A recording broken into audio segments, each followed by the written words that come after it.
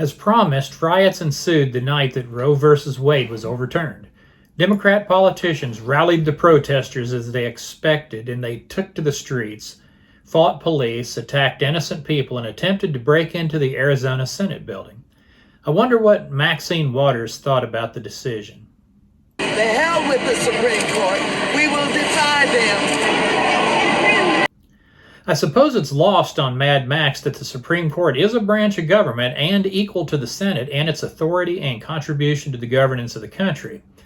The Democrats have been shoving this insurrection garbage down our throats over the protest at the Capitol, but I suppose defying the Supreme Court is not to be compared to questioning the election? Odd. Last night, rioting broke out. A group called the Women's March contributed to last night's riot at the Arizona Senate building. Open sources show that they're planning similar events across the country through at least June the 30th. According to open source information, the Women's March and all 50 protests after the 2016 election were funded by George Soros. Imagine that. As a result of the court's decision, Arizona will now enforce pre-Roe abortion laws, which will ban most abortion procedures. The violent mob that protested on Friday was organized by Planned Parenthood and Radical Women Phoenix. Planned Parenthood tweeted a graphic encouraging activists to get in good trouble before the demonstration started. This all happened while Arizona state senators were in the building conducting official business. The Gateway Pundit reported that Arizona senators were evacuated from a vote last night when the left-wing mob became violent.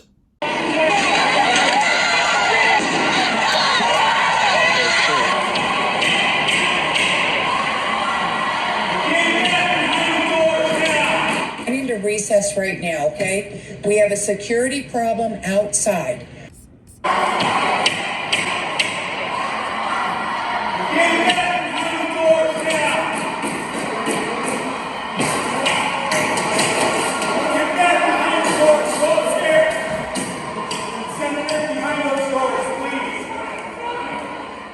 Starting their festivities across the street, the violent mob formed a massive crowd in front of the Senate building. Thousands of rioters began punching, kicking, and breaching the Arizona Senate doors. One masked thug managed to kick the doors open, endangering everyone inside. Shortly after the violence began, Arizona State police officers came out in full riot gear, scattered the mob at first, but the rioters continued their uncontrollable behavior, taunting officers even as the officers geared up with gas masks. Within minutes, tear gas was fired into the mob and the entire area was cleared. Police continued to sweep the area and fire tear gas rounds at the remaining insurrectionists. It's unclear if anyone was arrested.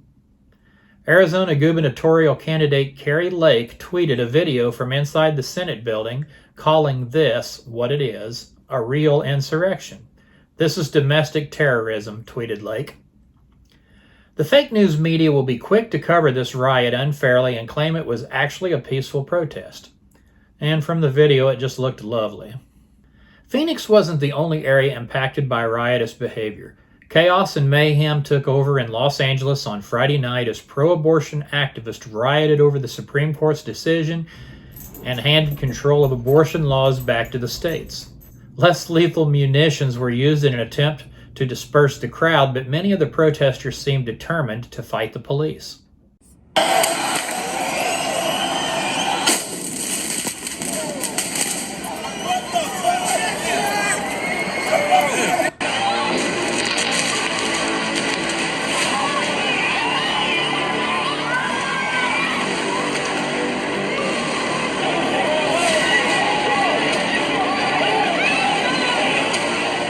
Earlier in the evening around 6 p.m., protesters blocked the north side of the 110 freeway at 5th. One man was seen prodding a large rod at a passing car, the CBS report said. The busy intersection of Highland Avenue and Hollywood Boulevard in Hollywood was also blocked by activists. While the Hollywood protest appeared to be cleared relatively early, police issued an unlawful assembly and dispersal order for the gathering downtown. The LA police warned people to stay out of the downtown area, and their headquarters account tweeted, State of the city. In the downtown area, officers are currently dealing with small crowds. Continue to stay away from the downtown area and monitor for updates.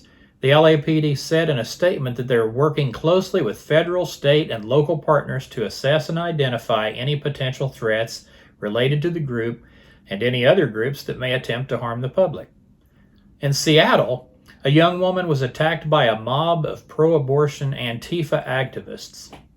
Prior to the attack, a pro-abortion activist ran up and attempted to pepper spray her, but the weapon malfunctioned. Following the first failed attack, the mob descended on the young woman and she was assaulted and sprayed with bear mace. Several videos of the attack are on the Gateway Pundit site.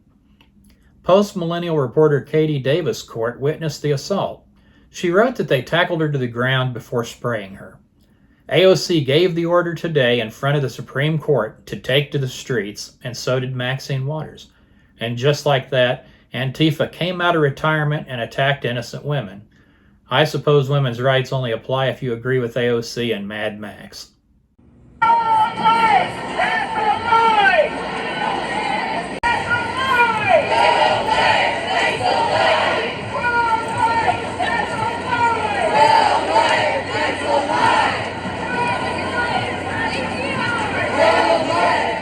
Protests with large Antifa contingents and Black Bloc were marching in cities across the nation on Friday evening in response to the Supreme Court's decision to overturn Roe v. Wade.